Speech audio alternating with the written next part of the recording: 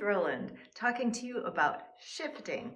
Shifting is when you move along the string this way, towards your face, towards the scroll. You can play a lot of cool pieces just staying in one place on the fingerboard. But if you want to play like the pros do, moving up and down with speed and ease, stay tuned for 4 exercises that will help get you there. Before we start, you're going to want to make sure that you can hold your violin securely between your head and your shoulder. Place the violin and put the violin hand on the bow arm shoulder. And you don't want any raising of your shoulder.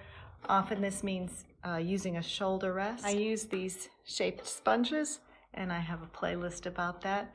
But there are several different kinds of shoulder rests. It doesn't matter which you use, as long as you can hold it comfortably without hunching. We don't want any hunching. If you can't already hold your violin without using your hand, get that together and then meet me back here. The first exercise is called the slide. Your fingers are numbered 1, 2, 3, and 4. Put finger number 2 on the A string. For violin, this is the 2nd string. For viola, it's the highest string. Put your 2nd finger on the A string and slide back and forth. You want to have your finger just barely touching the string, not pressing in, just barely touching. That's right. Good. When you get to the join where the body of the instrument meets the neck, your thumb is going to slide around and up toward the fingerboard. This leads us to exercise number 2, which is called crook polishing. This area here looks like a shepherd's crook. We're going to polish it with our thumbs. Go underneath, come around, up to the fingerboard, and back down, and back up, and down. Just like we're polishing the inside of the hook or the crook. If it helps, you can hold the violin with your bow hand. Put your bow hand up like this, and then bring it in. Some students like to do this. It's not as stable. This is the best way. Back to exercise number 1, the slide. We have our 2nd finger on the A string, and we're going to come up, bring our thumb around, and just park it there.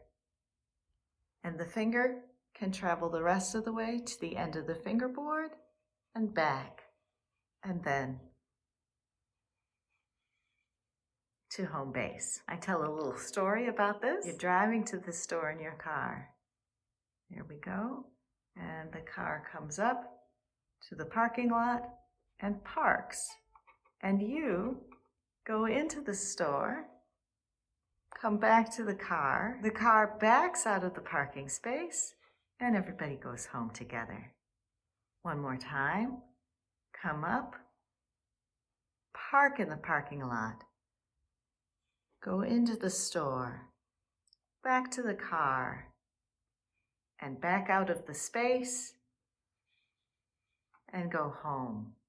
Notice when the finger returns to the car, he doesn't get in the trunk of the car. That would be silly. He gets in the front seat. And then everyone goes home. Yes? One more time. The thumb parks in the parking lot. Finger goes into the store. Back to the car. Backs out of the lot. And goes home.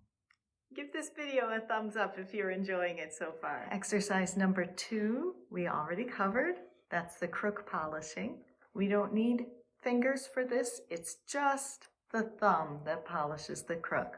Exercise number 3 is the same as the slide, only we bow. This is called ghost slides. Listen.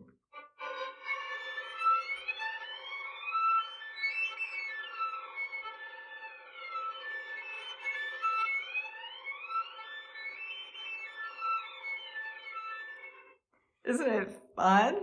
It's kind of creepy. You want it to sound like that and not like a penny whistle, which is a great sound, but for shifting practice, we only barely put our finger on the string. So it whistles and sounds ghostly. If you have something in between,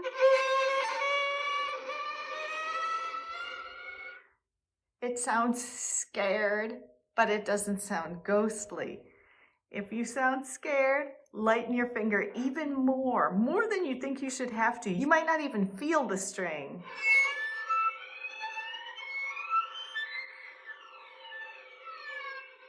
You can do exercises 1 and 3, the slide and ghost slides, on any string with any finger. Practice crook polishing and the slide until they're both easy. Then add the bow for ghost slides, and then it's time for the elevator. For the elevator, we start out with one finger on one string. I'm starting out with the second finger on the D string, and I'm just going to start right where the instrument joins the neck. And I go up. Toward my face is up. Then the third finger lands on the A string and goes down. Then the first finger lands on the G string and goes up. Then the third finger lands on the D string and goes down.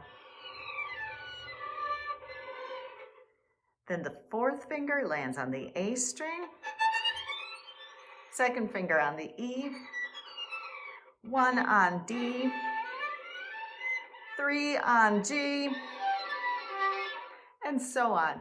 Any fingers, any string. This is like a bank of elevators at a hotel. If you've ever seen 3 or 4 elevators in a row, I guess it's 4 in this case, and somebody gets on one on the first floor and goes up to the 9th floor and then gets out, and somebody else gets in the second elevator and rides down, and then somebody else gets on the third elevator and rides up. That's why this one is called the elevator.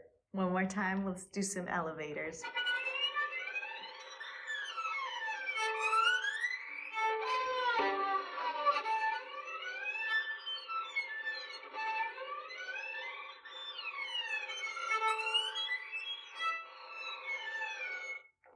You can do these without your bow. Let me know what else you'd like to learn, and I'll see you next time. Happy shifting.